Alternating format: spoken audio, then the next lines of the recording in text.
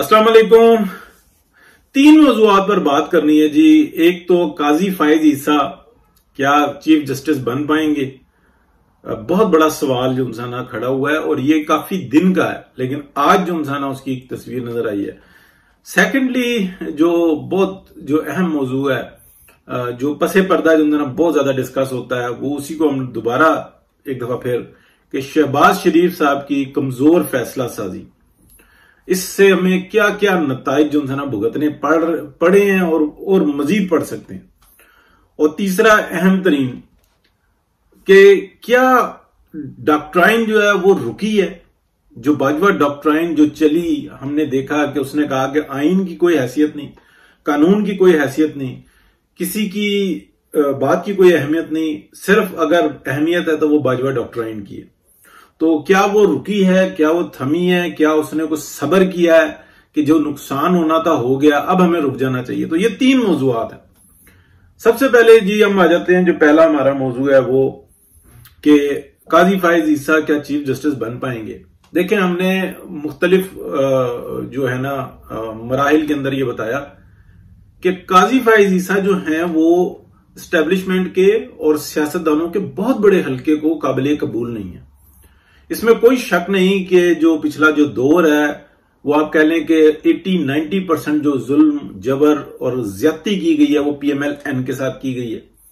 अच्छा, कुछ 5-10% जो है ना आप पीपल्स पार्टी के साथ भी कह सकते हैं, लेकिन सबसे बड़ी बेनिफिशियरी PTI के बाद वो भी पीपल्स पार्टी है। उसको हम कई दफा बता चुके हैं। 2013 का रिजल्ट देख लें, 2018 का रिजल्ट देख लें, आप 2017 के अंदर जो जिस तरीके से एस्टेब्लिशमेंट और जो जरदारी साहब एक पेज पर थे, तो वो पेज उनका कभी भी फटा नहीं है, ना कभी कमजोर पड़ा है। हाँ, उसको कभी पसे पर्दा डाल दिया गया, कभी फ्रंट पे आकर खेले। जब जब एस्टेब्लिशमेंट को जरूरत पड़ी है पीपल्स पार्टी ने साथ दिया, और जब जब पीपल्स पार्टी को रेस्क्यू करना पड़ा तो एस्टेब्लिशमेंट साथ खड़ी नजर आई है। अब अगर किसी को बुरा लगता है तो वो गौर से देखे, और अगर किसी को अच्छा लगता है तो फिर भी वो जो है ना गौर से देखे कि जो बात मैं कर रहा हूं कि क्या वो तारीखी हवालों से वो नहीं नजर आती या आती है, और अगर आती है तो फिर उसके अंदर क्या फर्क है। तो जो इस वक्त सूरत हाल है, पीपल्स पार्टी को कतई तौर पे काजी फायज ईसा कबूल नहीं है। जाहिरन वो जो है ना जो मर्जी बात करते रहे। आपको भी पता है, हमें भी पता है कि जो पीपल्स पार्टी के ऊपर करप्शन के हवाले से केसेस हैं वो बहुत संगीन है, बहुत संगीन है। वो बिल्कुल उस तरीके से प्लीट ही नहीं किए गए। ना PMLN ने ये बात की कि इस केस को इस तरीके से दायर करो वरना तो ये निकल नहीं सकते। कि क्या वजूहात है ये हम उनके अंदाजे लगा सकते हैं, और एक मियां नवाज शरीफ के ऊपर सारी जिम्मेदारी डालना वो भी हमें नजर नहीं आता। तो इस वक्त में जैसे कि एक दिन हुआ है, हुकूमत गई है और बंदियाल साहब ने वो फैसला जो आज से 2-3 माह पहले किया हुआ था, रखा हुआ था, आज उसको अनाउंस कर दिया। यानी कि आइन में फिर एक दफा जो है ना मरोड़ी दे दी। जो कानून साजी हुई थी उस कानून को फिर खत्म कर दिया।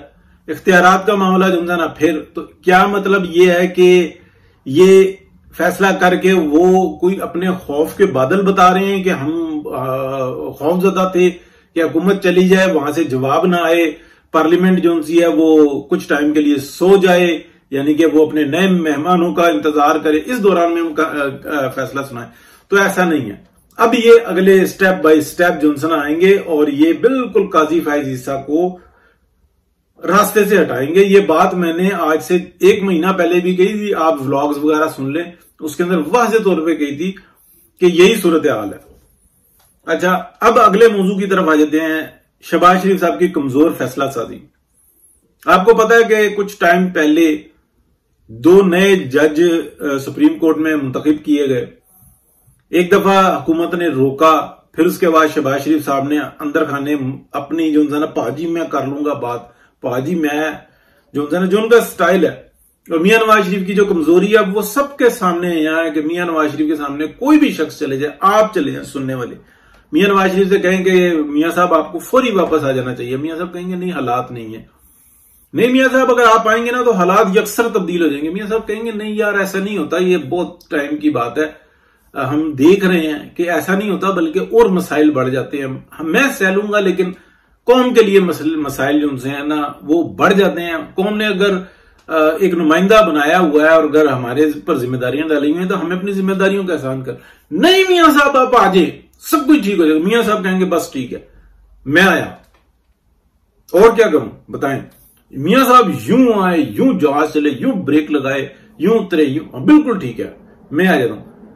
उनका भाइयों, वो जावेद लतीफ साहब हो, वो जो मर्जी हो, वो जब तीसरी चौथी दफा कोई जिद करता है ना तो मियां साहब कहते हैं मैं हाजिर, जैसे आप कहते हो।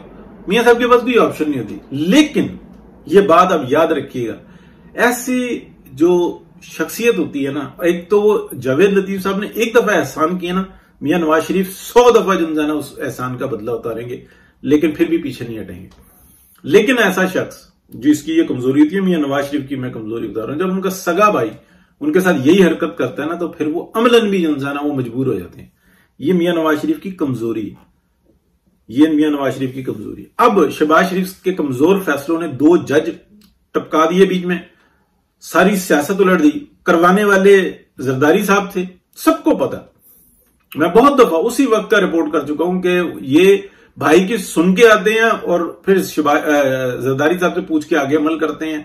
और जरदारी साहब ने कहीं ऑपरेट किया हुआ है कि शहबाज शरीफ साहब अगर ऐसा माहौल रहे ना तो अगली बार भी आप ही वजीर आजम हैं और मेरा बेटा जो है ना ये वजीर खारजा बन जाएगा और मैं सदर बन जाऊंगा और हम मिलकर पाकिस्तान को बहरान से निकालेंगे। शहबाज शरीफ साहब इस पर अमल दरामद कर रहे हैं, जाहिरन जो मर्जी कहते रहे। तो ये कमजोर फैसला साजी है, उनको नहीं समझ में आती ना। वो बेहतरीन एडमिनिस्ट्रेटर है, पॉलिटिशियन नहीं है, उनको समझ में नहीं आती पसे पर्दा क्या चल रही है। थर्डली मैं आपको बताऊं कि जो बाजवा डॉक्ट्राइन है ना वो 1% भी कम नहीं, वो उसी तरह से चल रही है। और उसके ऑपरेटर्स बदल गए, उसकी सूरत हाल बदल गई। उसने पाकिस्तान को जितना जलील कराना था 2019 में आप देख लें, हर हफ्ते में 2, 3, 4 दफा मैं बताता था लाइव प्रोग्राम्स में कि ये है बाजवा डॉक्ट्राइन, पढ़ पढ़ के बताता था कि ये अनुकात कश्मीर जाएगा, अदालत को अवाम में जो है ना उसको तजलील उसकी की जाएगी, जमहूरियत पे से जो है ना यकीन खत्म किया जाएगा, मतलब मुआशी बर्बादी, ये तमाम चीजें जो है ना लिखी हुई थी बाजवा डॉक्ट्राइन की। ये पीछे ग्रुप्स में जो है ना सब डिस्कस हो रहा होता था कि ये है बाजवा डॉक्ट्राइन। तो 100% वो ठीक रहे हैं। इमरान खान का तो ना कोई रोल था, बस ये था कि एक फ्रंट मैन था। आज उसको हवा बनाया हुआ, वो असल में हवा जब बन जाता तो वो बन ही जाता है ना। तो ये चीज है, बाजवा डॉक्ट्राइन कतई तौर पे नहीं रुकी जी। और ये दोनों चीजें, यानी कि बाजवा डॉक्ट्राइन ने शहबाज शरीफ को काबू कर लिया, भाई के सामने खड़ा कर दिया, भाई मजबूर हो गया। और सेकेंडली काजी फायज ईसा का अब रास्ता रोकेंगे, ये सब मिलकर रोकेंगे। शहबाज शरीफ साहब को बार बार ये बात कही कि इस असेंबली को एक्सटेंड करना है, जनवरी फरवरी में जाके जो है ना अपना इलेक्शन अनाउंस करो, जनवरी में कर देंगे, जो भी टाइम बनता था कर देंगे। 1 साल की एक्सटेंशन लेके 2-3 महीने के बाद आप इलेक्शन करवा दो, इस बंदियाल से जो है ना जान छूट जाएगी। लेकिन शहबाज शरीफ साहब ने पीपल्स पार्टी की ब्लैकमेलिंग में आए, छोड़ देते ना आज से 1 हफ्ता पहले कि यार तुम वजीर आजम बन जाओ, तुम कर लो, लग पता जाता। लेकिन बस फिर मेरे मुंह से जरा ज्यादा अल्फाज निकल जाएंगे। तो ये है जी मौजूआत। अब देखें तमाशा क्या लगता है, अब देखें बात क्या होती है।